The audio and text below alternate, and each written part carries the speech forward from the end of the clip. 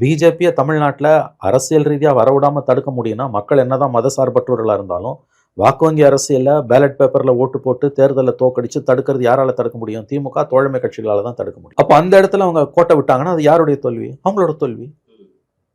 நீங்கள் மக்கள் என்னமோ அரசியல் மயப்படுத்தலைன்னு அர்த்தம். என்னதான் ஒரு சினிமா கவர்ச்சி இருந்தாலும் பிஜேபியை உள்ளடக்கிய என்டிஏவை மக்கள் ஒருவேளை தேர்ந்தெடுக்கிறார்கள் என்றால் நமக்கு தெரியாது. அது திமுகவின் தோல்வி. அதனால தான் நம்ம சொல்கிறோம், அப்போ நிர்வாக சீர்கேடுகள் தான் அதுக்கு காரணம். அப்போ நீங்கள் ஒழுங்காக இருந்தீங்கன்னா அது வராது. இது தமிழகத்தின் நலம் சார்ந்த பிரச்சனைங்க. இது தனிப்பட்ட திமுகவோட சம்மந்தப்பட்ட பிரச்சனை கிடையாது. தனிப்பட்ட திராவிட முன்னேற்ற கழகத்தோட மதசார்பற்ற கட்சிகளோட பிரச்சனை கிடையாது. இது ஒட்டுமொத்த தமிழகத்தின் பிரச்சனை. இந்தியா பூரா எல்லா மாநிலத்திலும் ஏதோ ஒரு விதத்தில் கால ஊன்றியவர்கள் தமிழகத்தில் கால் ஊன்றாமல் இருந்து கொண்டிருக்கிறார்கள். 14 தோற்கடிச்சோம், 19 தோற்கடிச்சோம், 24 தோற்கடிச்சோம், ஒரு தடவை ஜெயலலிதாவும் 2 தடவை ஸ்டாலினும் தலைமையில் தோற்கடிச்சோம். மக்கள் அடிப்படையில் மதசார்பற்றவர்களாக இருப்பதால் இது சாத்தியப்பட்டது. இந்த முறை அசம்பிளி ரொம்ப குரூஷியலான எலெக்ஷன்.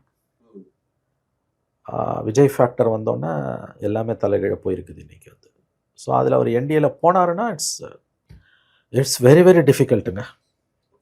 Very very difficult. போட்டி ரொம்ப கடுமையாக இருக்கும். You can take for chances. எதையுமே நீங்கள் அவ்வளோ ஈஸியாக எடுத்துக்க முடியாது. திமுக தான் விழிப்புணர்வு இருக்கணும்.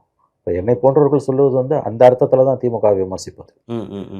திமுகவின் தோல்வி என்பது ஒருவேளை தமிழ்நாட்டின் தோல்வி தான். அது அதில் சந்தேகம் இல்லை. ஆனால் அதுக்கு திமுக தான் பொறுப்பு. முழுக்க திமுக தான் பொறுப்பு. Your failure is states failure.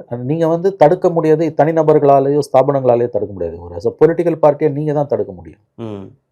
தடுக்க முடியாமல் போச்சுன்னா அப்போ உங்களுடைய குறைபாடுகளும் கோளாறுகளும் காரணம் இல்லையா? நான் சொல்கிறது நிர்வாக கோளாறு, ஊழல், வாரிசு அரசியல் இதெல்லாம் சேர்ந்து தான் வருது. அதனால தான் அதை எதிர்ப்பது என்பது ஃபாசிசம் விடக்கூடாது என்பதற்காக. இது திமுக நண்பர்களுக்கு புரிய வேண்டியவர்களுக்கு புரியணும். புரியலன்னா நஷ்டம் திமுக மட்டும் இல்லை, தமிழ்நாட்டுக்கும் சேர்த்து தான் நஷ்டம்.